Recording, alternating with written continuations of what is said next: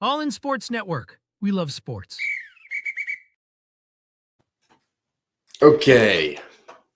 Welcome back to All in Mizzou, where we talk Mizzou every day. Happy Monday, everybody. It is Monday morning as I'm taping this. Hope everybody had a nice weekend. Watched college football or did something fun. I went to Austin City Limits Festival weekend 1 down in Austin, and I'll talk about that in a little bit. But I had a lot of fun. Great time. If you were watching college football instead, there were some good games. I bet you had fun too.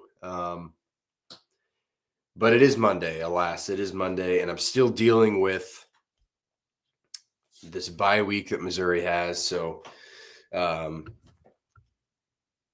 coming up with a bye week Monday, Tuesday, Wednesday show will be interesting, and I'm going to do it. I'm going to do my best to keep coming. But Thursday, we will preview Alabama, return to regular scheduled programming. I'll honestly probably watch the Alabama Vanderbilt game because that is a game I missed on Saturday because I was at a music festival.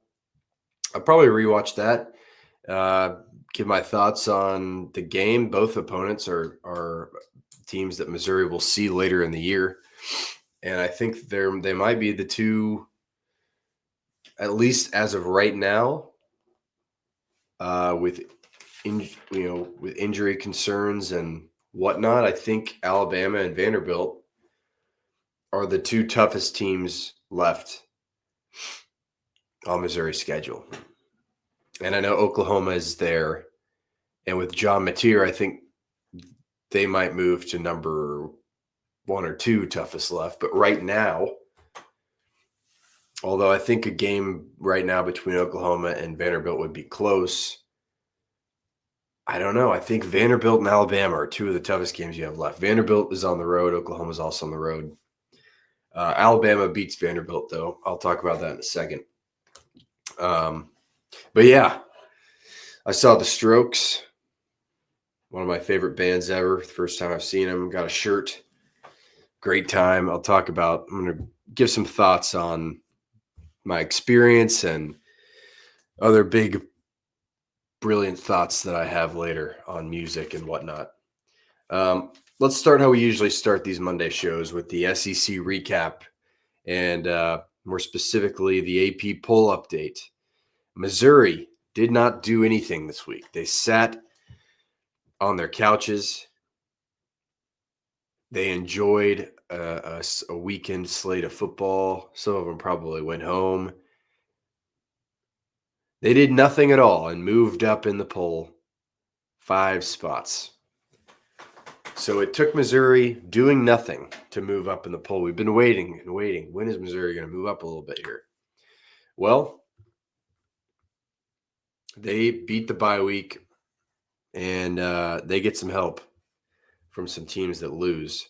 Anyway, Missouri is number 14 in this week's edition of the AP poll, continuing its climb up the ranks. Missouri is one of 9 SEC teams to feature in the poll. I'll run through the rest of them right now. Ole Miss, still the highest ranked SEC team in the AP poll, number 4. They were on a bye week. They didn't move. Texas A&M, number 5. Oklahoma, number 6. Alabama, number 8. Georgia, number 10. LSU, number 11. Tennessee, number 12. Missouri, number 14. And lastly, Vanderbilt, number 20. Also receiving votes, you have Texas, you have Mississippi State, and you have Auburn receiving 1 vote. Just 1. Okay.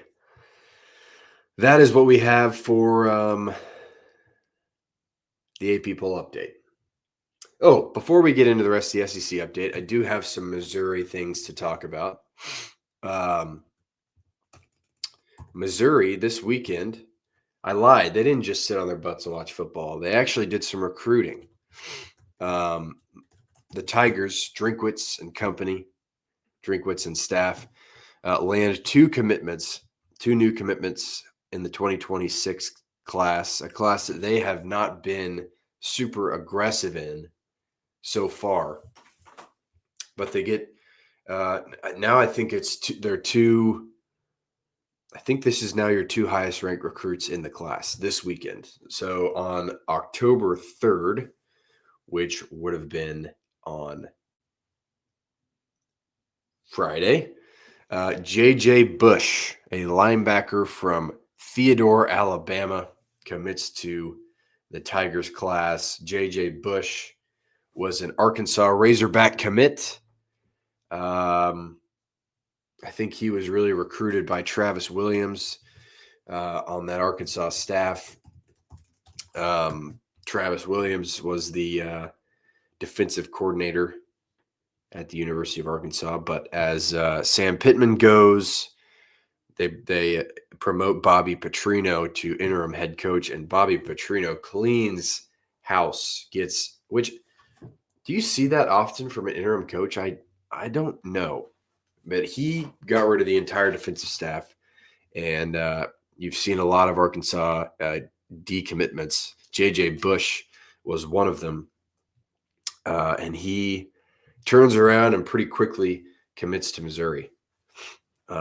He decommitted from Arkansas on September 29th and then committed on October 3rd. J.J. Bush, 6'3", 210-pound linebacker. Again, he's the number 13 player in Alabama. He's the number 271st player in the country. I'm reading the 247, page, the scouting report. Adam Busak actually pointed this out to me. His, 247 does a scouting report, and then they give you a guy they remind you of, the player reminds you of. And J.J. Bush's guy is an old friend of Missouri's, Tyron Hopper, who, if you remember, was a linebacker for Missouri for, I think, 2 years, transferred from Florida, was really good. One of my favorite players. Just such a fun, he was just a kind of a freak linebacker, really athletic. One of my favorite guys to watch as a student, Tyron Hopper. So if you can get another Tyron Hopper in the fold here with J.J. Bush, that's a good pickup for Missouri and its defense. And then your other recruit that teams up here with the Missouri class is J.T. Hodges, a running back from Bryant, Arkansas. He is the number 328th player in the class, according to the 247 Sports Composite ranking. He's the third best player in the state of Arkansas. He chooses Missouri over. He has a good-looking offer list. Arkansas among them, Auburn, Baylor, Florida State, Ole Miss, USC, Washington, Vanderbilt. A lot of good offers here from J.T. Hodges. He was the best uncommitted running back recruit in the class of 2026. He joins up here with Missouri's class, who actually have a running back already in the class, I believe. Maxwell Warner, a 3-star recruit from Chicago. So has 2 running back commits in the class. And I was thinking about this.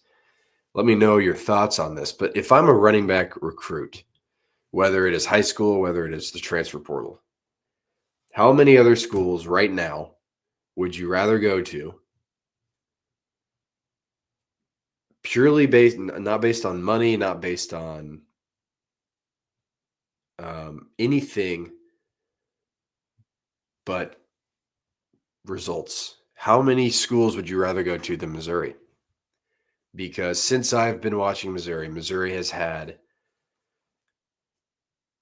a running back, a really good running back. It is one of the things that Drinkwitz does very well, is he finds running backs.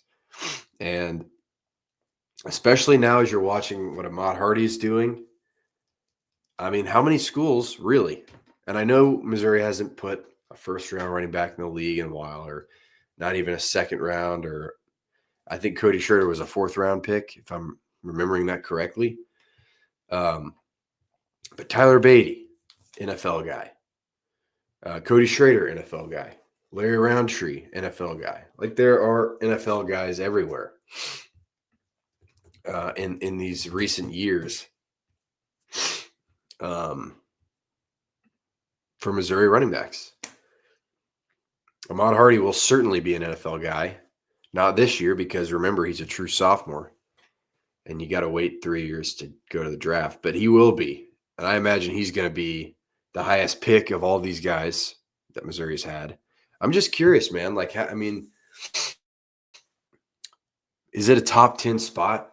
I mean, that might be totally bias of me to say.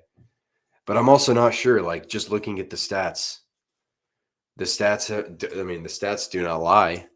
Cody Schrader was great. Beatty was great. Ahmad Hardy is great. Is it a top 20 spot to be right now if you're a running back? I think so. Is it top 10? I think you could probably make an argument. Purely based on, can this team develop me and help me become a really good running back? Can I get the stats here? I don't know.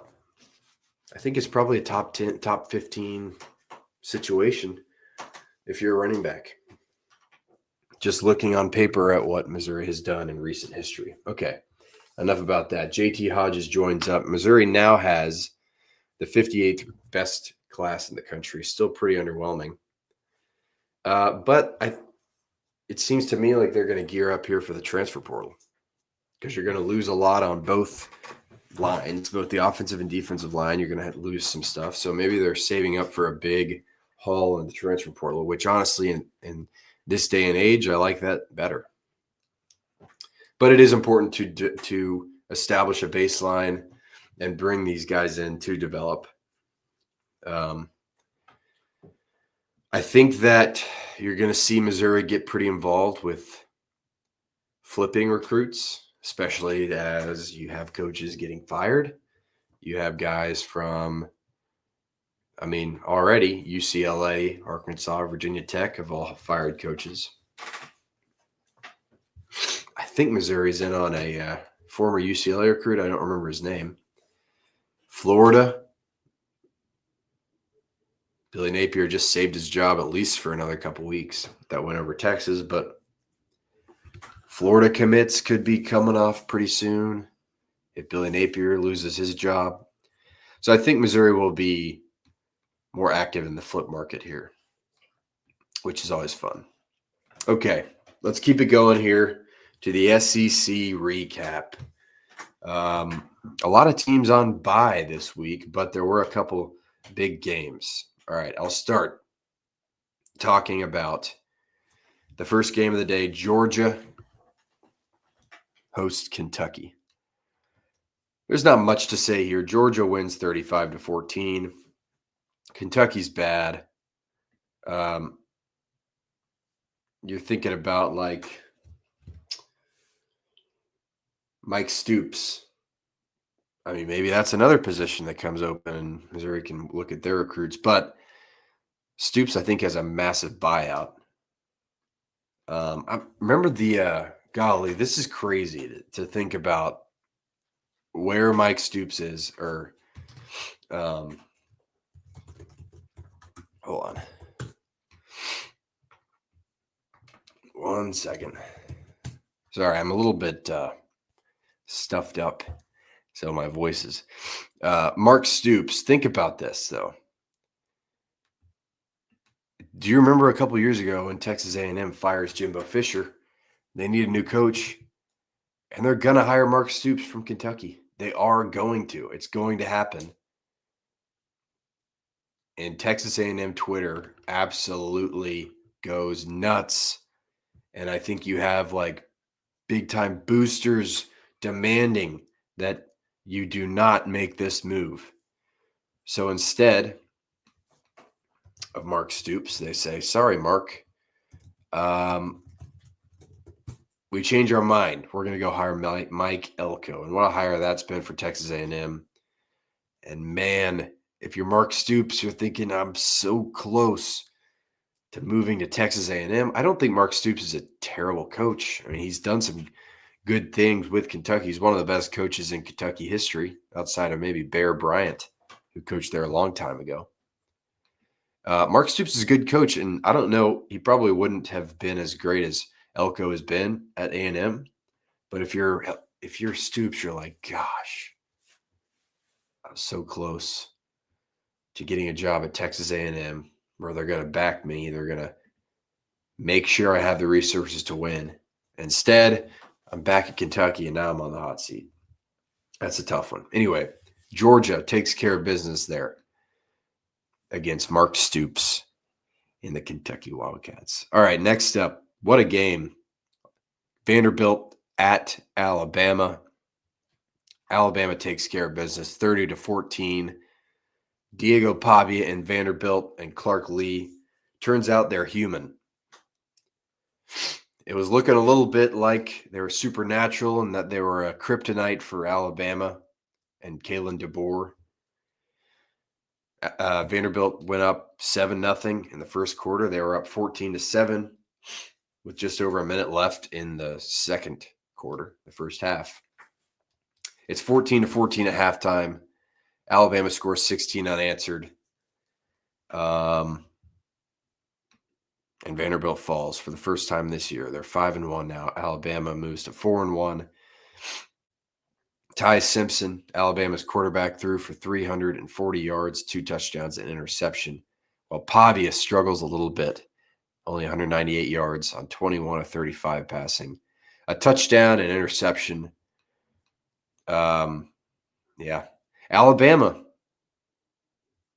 they have a great run game on offense. They've got Jam Miller, 136 yards and a touchdown. But their run defense, not great. Gave up 136 yards rushing. Cedric Alexander, Vanderbilt's running back, only had 4 carries. He had 76 yards and a touchdown, though. I don't know why the hell they went away from Cedric Alexander. That's something that I think Clark Lee is going to have to speak for. But this is not a bad loss for Vanderbilt. They go to Tuscaloosa. They put up a pretty good fight, and they just fall short. They fall just short of a win. Ryan Williams catches 6 passes for 98 yards and a touchdown. Jeremy Bernard, 5 catches for 82 yards and a touchdown. I am not looking forward to seeing what they might do to Missouri and that Missouri secondary next week. That is going to be where, and I'll get into previewing this game obviously later in the week. But that is going to be where Missouri loses if they lose that game. That's what I'm going to predict. They're going to have to find ways to keep the ball out of the hands of Ryan Williams and Jeremy Bernard. Vanderbilt falls. Alabama moves to 8 in the AP poll. 30-14 over the Commodores. Next up, my goodness, Texas at Florida. Man, I was in Austin as this game was happening. I watched a little bit of it there's a big tent at ACL where they got the game on. My goodness. I almost felt bad for Texas fans. It was pretty close. Not quite. But I'm ready to say, if things continue as they are, Texas isn't good. I'm sorry. Texas isn't good. Arch Manning isn't good. Right now, I still think Arch Manning is super talented. Obviously, he's talented. But current Arch Manning, not good. Not good at all. Saw some film on Twitter. Obviously, I couldn't watch this game super closely. I kept up with it. Saw some film on Twitter of some of his throws and decision making. It's just not what you'd expect. He throws for 263 yards, 2 touchdowns, 2 interceptions. He also had 37 rushing yards. Look, the Swamp, Gainesville, Florida, will always be a tough place to play. I don't care how good the Florida Gators are. I don't care how bad the Florida Gators are. The Swamp is tough. But Florida is not. Florida is not good. That offense was anemic heading into this game. I thought Texas's defense was its best asset. Give up 29 points to Florida. Florida, the same Florida who scored 7 points against Miami, who scored 10 points against LSU, who scored 16 points against South Florida, scores 29 points against Texas. I don't know. DJ Lagway, 21 of 28 passing, 298 yards, 2 touchdowns, and interception. The great running back Jaden Baugh for Florida, 27 carries, 107 yards, and a touchdown. I'm not sure what you do now if you're Texas. If you're Florida, Billy Napier's job still there, and he's saved his job. We saw this last year with Florida, remember? I mean, let's see this. Excuse me while I type. Last year with Florida, Florida lost back-to-back games in November to Georgia and Texas in blowout fashion. And this is when you're starting to think, okay, Billy Napier, goodbye. Finishes the season 4-0 with wins over LSU, Ole Miss, Florida State, and Tulane. Lagway looks great in all of them. So it's happened before where it looks like Florida's dead and they come out of nowhere. Is this something you could build on if you're Florida? I don't know. They go to Texas A&M this weekend. Tough. Then they got Mississippi State. Tough. And they got Georgia. Tough. Kentucky they should beat. Ole Miss, Tennessee, Florida State. The only wins they have for me are Mississippi State, Kentucky. Those are the only for sure wins you have left. But if they can get DJ Lagway going again, if they can find a way to get the offense going again, who knows? Texas, on the other hand, I don't know what to say. They entered the game number 9 in the country. I thought that was way too high. That's the problem with the AP poll. The AP poll is not at all about how good the teams look right now. You start with the preseason poll, and then based on the preseason poll, you pick the next poll. And based on the next poll, you pick the next poll. So Texas started number 1. They lost to a really good Ohio State team, so you don't move them down that much. They don't look great, but they're still the number 1 team preseason, so they got to be good. They're number 9 now. They should beat Florida. They're number 9. No, they don't beat Florida. It's a 8-point loss, and it should have been worse than that. Texas got a garbage time touchdown because Billy Napier made some mistakes as a coach there. But Texas was overrated the whole time. Talk about overrated. So is Penn State. Penn State lost to previously winless UCLA. James Franklin, I think those Penn State fans are starting to get antsy with James Franklin. I was listening to that SEC podcast. Someone, I think it was Shane, made a funny comment about James Franklin might be out of a job in Vanderbilt. His former team won't even want him. It's funny. Clark Lee over James Franklin. I think I'd take Clark Lee. I don't know. Anyway, Texas disappointed big time, and it just gets tougher. They go to Dallas this weekend. They go to the State Fair of Texas. They play Oklahoma. The Red River Shootout, Red River Rivalry, whatever the hell they're calling it these days. And I think this is a game Texas wins if Mateer is out. If Mateer plays, or at least they can win. If Mateer plays this, no, Oklahoma will win.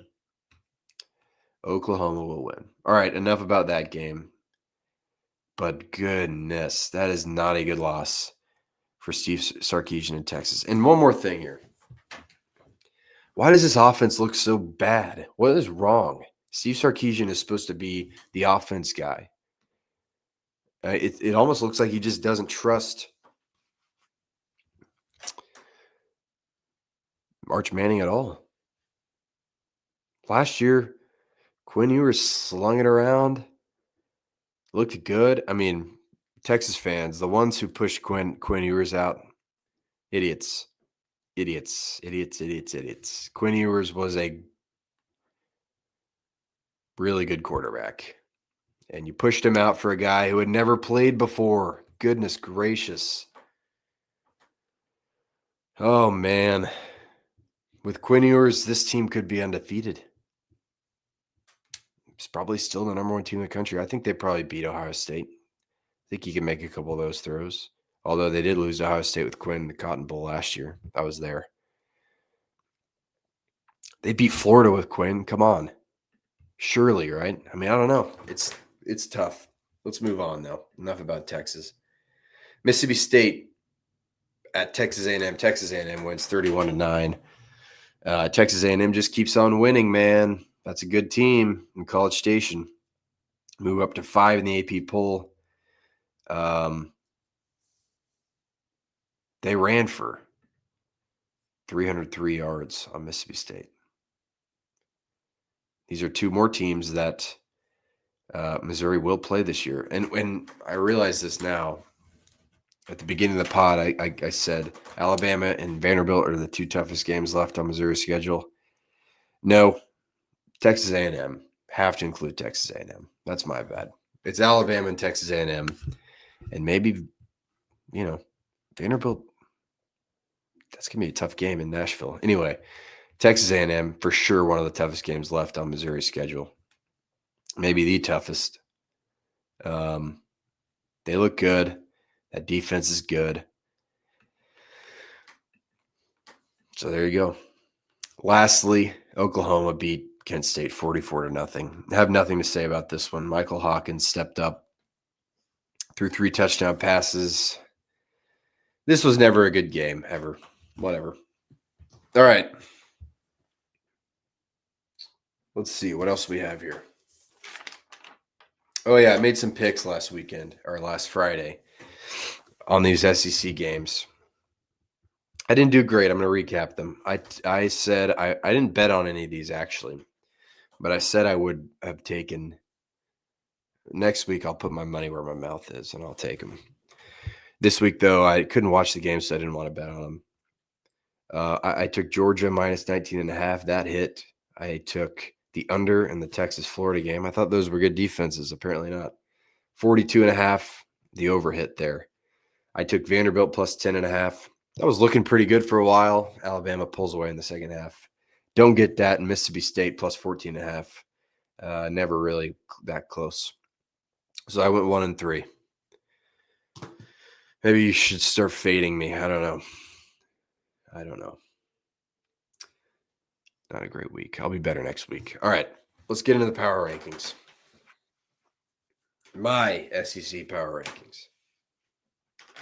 All right, here we go. I'm going to start from the bottom to the top like we usually do. The bottom 2 remain unchanged. Just a spoiler alert, I don't think the bottom 2 are going to change much at all for the rest of the year. Kentucky comes in at number 16. They're just not good. They're not exciting. They don't have anything of value for me as a viewer. Kentucky's number 16. Arkansas, number 15. They've got Taylor Green. That's all I can say. And now they've got Bobby Petrino back, which is probably the funniest thing that's happened all year. Number 14,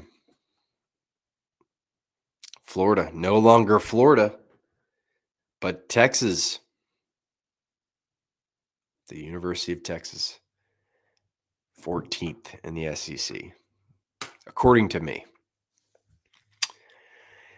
In 12, I have South Carolina, who I don't think is terrible. I don't. but they're my 13th ranked team. And the SEC is very deep.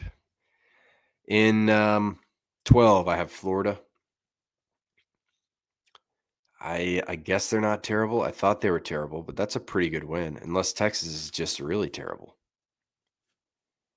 But I moved Florida up a few spots just because that was a must-win game for a lot of reasons.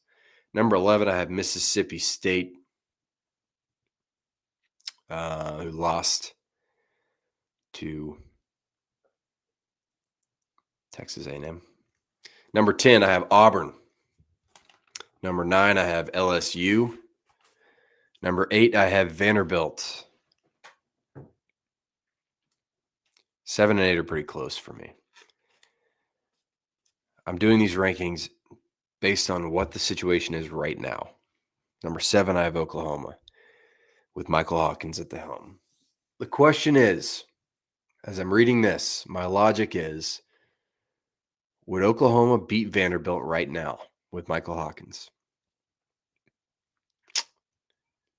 I think they could. That's why Oklahoma's higher. Number 6, I have Missouri. Didn't play, didn't move them. Number 5, I have Tennessee. Number 4, I have Texas A&M. Number 3, I have Georgia. Number 2, Ole Miss. And number 1, Alabama. Not much change at the top, not much change at the bottom. The middle shakes up a little bit. Got a big week coming up here in the SEC. I'll go through that real fast. Alabama, number 1 in my ranking. Number 8, according to the AP poll. They go to Missouri. Big game. Big game. Ole Miss plays Washington State. Texas A&M plays Florida. Tennessee plays Arkansas. Missouri obviously plays Alabama. Oklahoma plays Texas. LSU plays South Carolina. Auburn versus Georgia. South Carolina. LSU obviously. Florida at Texas A&M. Texas OU Red River rivalry. And Arkansas plays Tennessee, of course. All right. That's all I have here for football. Oh, no. I have some stats. I got some SEC stats real fast. Passing stats. Ty Simpson of Alabama leads the SEC in passing with 1,478 yards. And number 2 is Tennessee's Joey Aguilar. I was thinking like Christina Aguilera. I don't know. 1,454 yards. Diego Pavia in third with 1,409 yards. Taylon Green in fourth with 1,398 yards. Marcel Reed of Texas A&M with 1,256 yards. Bo Prabula is 8th with 1,203 yards. Rushing yards. He sat on his butt all week. He probably rode a horse. He rode one of his horses, or he maybe went fishing. I don't know what he did, but he didn't play football. He didn't get a single carry. And yet, Ahmad Hardy still leads the country in rushing yards by a healthy margin. Leads the SEC in rushing yards too. He's got 730 rushing yards on the year. Fluff Bothwell of Mississippi State has 465. He's in second. Kejuan Lacey of Ole Miss, 445. Taylon Green, the quarterback at Arkansas, 441 yards. And Seth McGowan from Tennessee is in 5th place. Ahmad Hardy, nationally, is number 1 by 37 yards, and he didn't play last week. Something else. Receiving yards. Let's go there. Mario Craver of Texas A&M, 557 yards. Chris Brazels Jr. of Tennessee, 531 yards. KC Concepcion of Texas A&M, 401 yards. What a duo he and Craver are. Goodness gracious. No wonder Marcel Reed looks so good. Omega Blake of Arkansas is 4th with 399 receiving yards. Bama's Journey Bernard. He's going to be tough cover for Missouri. He and Ryan Williams, 392 yards.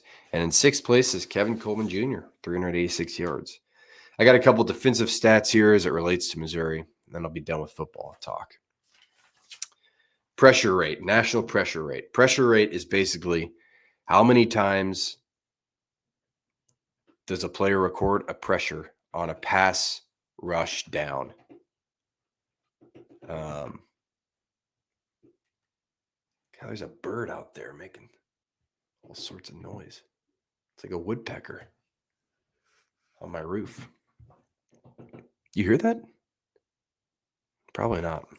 Anyway, pressure rate is how many pressures, QB hits, hurries, whatever. How many of those can you record in on pass rush downs? David Bailey of Texas Tech has the highest pressure rate in the country at 28.4%. Missouri's Damon Wilson Jr. is the second highest in the country with 27.2% pressure rate. And third is Missouri's other edge rusher, Zion Young, with 26.9% pressure rate. Missouri has the best pass rushing duo in the country. There you have it. Heading into this week, I don't think the stat remains because Georgia beat up on Kentucky, and I'm sure they recorded a bunch of pressures. But heading into this week, there was a stat. Damon Wilson Jr. had 22 pressures on the year, which is more than his former team Georgia had combined. 21 is the number of pressures that Georgia had heading into the year. Again, that's probably heading into the week. Sorry. Again, that's probably changed now with Georgia's win over Kentucky. That's all I have. That's the football stuff I have. I want to take the last couple minutes of the show to talk ACL. Talk my time at ACL. Talk some thoughts I have. I had a great time at Austin City Limits weekend 1. And every time I see live music, it is just, I think it's the greatest thing in the world. Live music and college football. I just think at every opportunity, any opportunity you have to go see a band that you love or an artist that you love, if you can do it, if you can make the travel work, if you can make the tickets work, if you can do it because you're not going to be disappointed. You're going to have fun and it's going to be awesome. That's how I felt here with the Strokes. I really went to this show to see the Strokes. I got a weekend pass. So I saw a lot of other really good acts, but I went to the Strokes because the Strokes are probably, not probably, I could tell you, they are one of my favorite bands of all time. I did the same thing. I felt the same way when I went to London to see Oasis a couple months ago. Just go to the show because you're not going to be disappointed. At least for me, it's just the greatest thing you can do for yourself is to go see a performer that you love to see. Because in that hour and a half to 2 hours, nothing else matters. You're just there enjoying live music. So go see him. I also saw Cage the Elephant on Friday. They rock. They're awesome. Their lead singer has a little Mick Jagger to him. A lot of energy. But that show was great. Really good show. I saw Joe, who was probably the guy I was second most excited to see. If you know Joe, he spells it DJO. It's Joe Keery, who is Steve Harrington from Stranger Things. That's how I introduce him to people. You know, the cool guy from Stranger Things. That's Joe. He sings, I think almost everyone would know probably one of his songs because it blew up on social media. It's called End of Beginning. It's a song he sings about Chicago. I'm sure you'll recognize it. Go look it up. I wish I could sing it for you right here, but my voice is worn out from the weekend. Sorry. He was great though, man. Like, talk about being just a cool guy.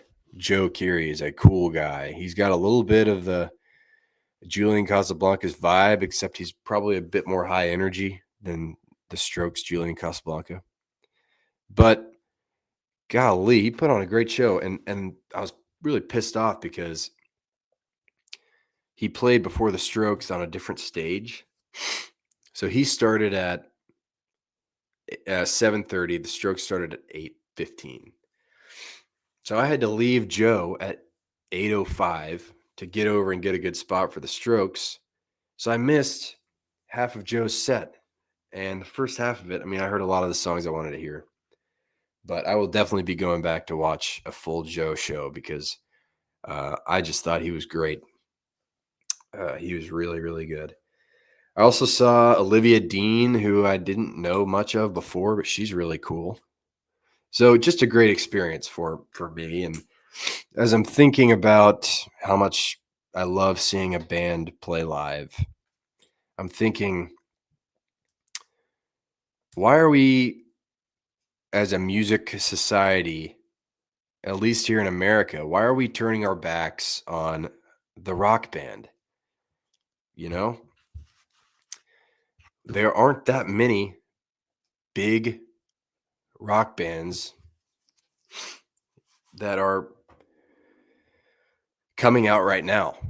Obviously, you have your old rock bands that people still love, like the Strokes. But where are all the new rock bands?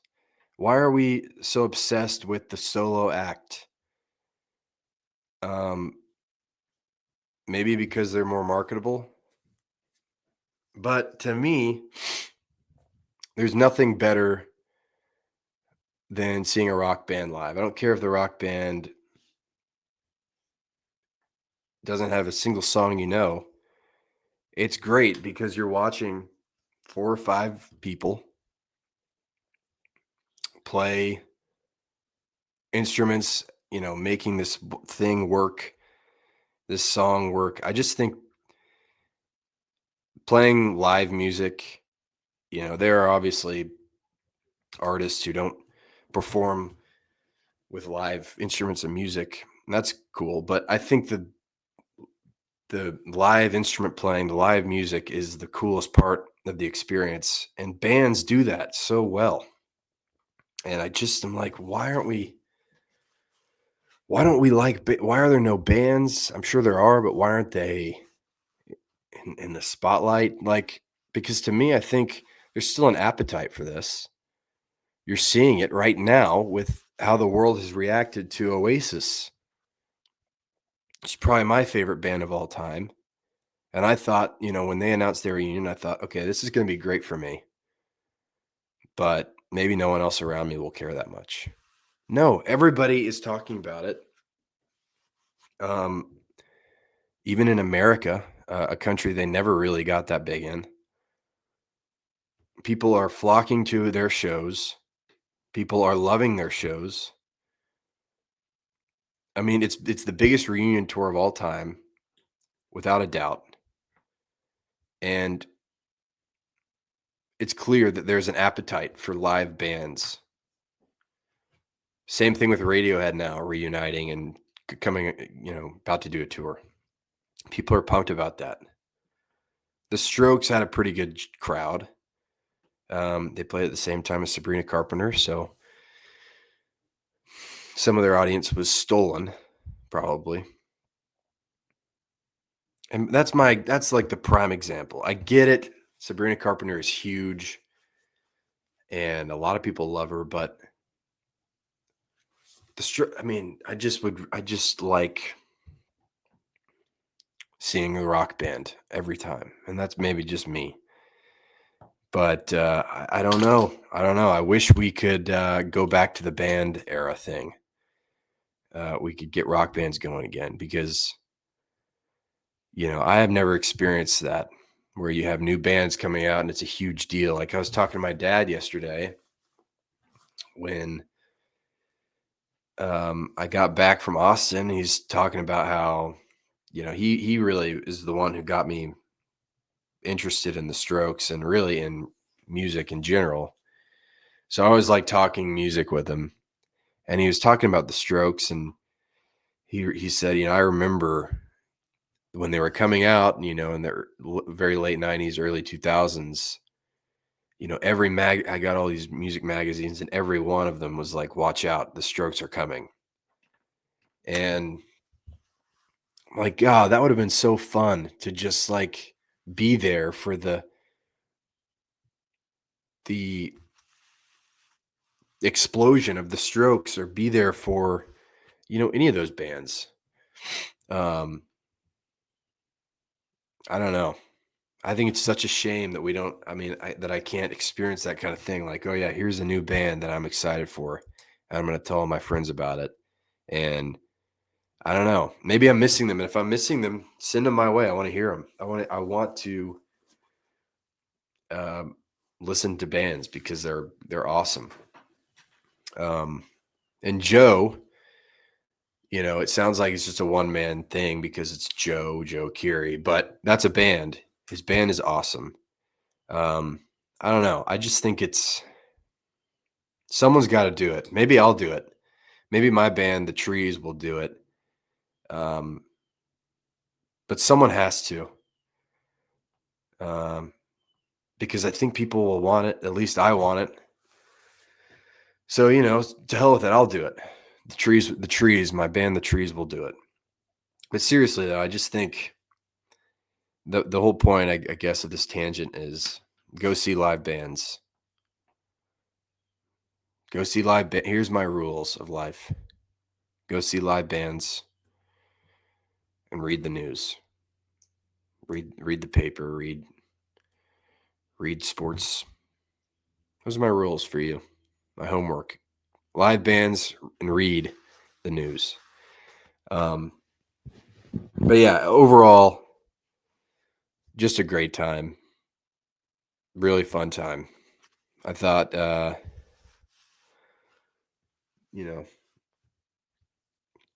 thought it was a lot of fun. It's a really cool festival. So I recommend it. Go see live music. Go see your favorite artists. It's worth it. Don't wait too long or you might not be able to. I really never thought I'd get to see Oasis. So that was one of the coolest, maybe the coolest moment of my life, is getting to see them at Wembley in London. Because as a fan, I never thought I would get to see them. The Strokes, I always sort of was like, they're going to, I'll get to see them. And really seeing them was amazing. So I suppose that's the end of my rant. Go see live music.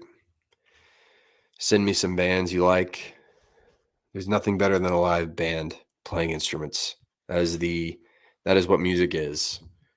All that other stuff is great, but when you got a band playing instruments together, it's the coolest thing ever to experience. So go see it, support it. All right, that's all I have. Hopefully that wasn't too rambly, but tomorrow I think I'm going to probably take a closer look at this Alabama Vanderbilt game, because I didn't get a chance to watch it all the way through. I watched some parts of it. So I will talk about that tomorrow, I bet. Wednesday, we'll see what happens. We'll see. I'll kind of play it by ear. And then Thursday, I'm going to do a big preview of Missouri versus Alabama. I saw a stat. One more thing before I let you go. Back to football. I saw a stat. Quentin Corpule, friend of the show, he tweeted this out. It got a lot of traction. The last time there was an AP poll top 25 matchup in Columbia was September 29th, 1979. That's almost a century. Crazy. There was a meeting between Oklahoma and Missouri in Columbia, number 1 versus number 11, but that was the BCS ranking. This is AP poll. And then Cal McAndrew, another great Missouri beat writer, he added to the stat. The last time Mizzou won a top 15 game in Columbia was against Oklahoma State on October 11th, 1975. 50 years, exactly 50 years to the day of when Missouri will host Alabama on Saturday, October 11th, 2025. Crazy, crazy stuff there. A huge opportunity for Missouri. I think the biggest home game Missouri has had since I've been watching. It's huge, a huge opportunity. It will not be easy. Alabama is very good, but I think Missouri's pretty good too. So we'll see. I'll take a look at Alabama tomorrow and Wednesday, maybe, and then we'll preview it Thursday, and we can get back into a rhythm here after the bye week. But boy, am I really rambling on here. I'm going to let you guys go. Thanks for joining me. Happy Monday. Have a great week. MIZ. All in Sports Network. We love sports.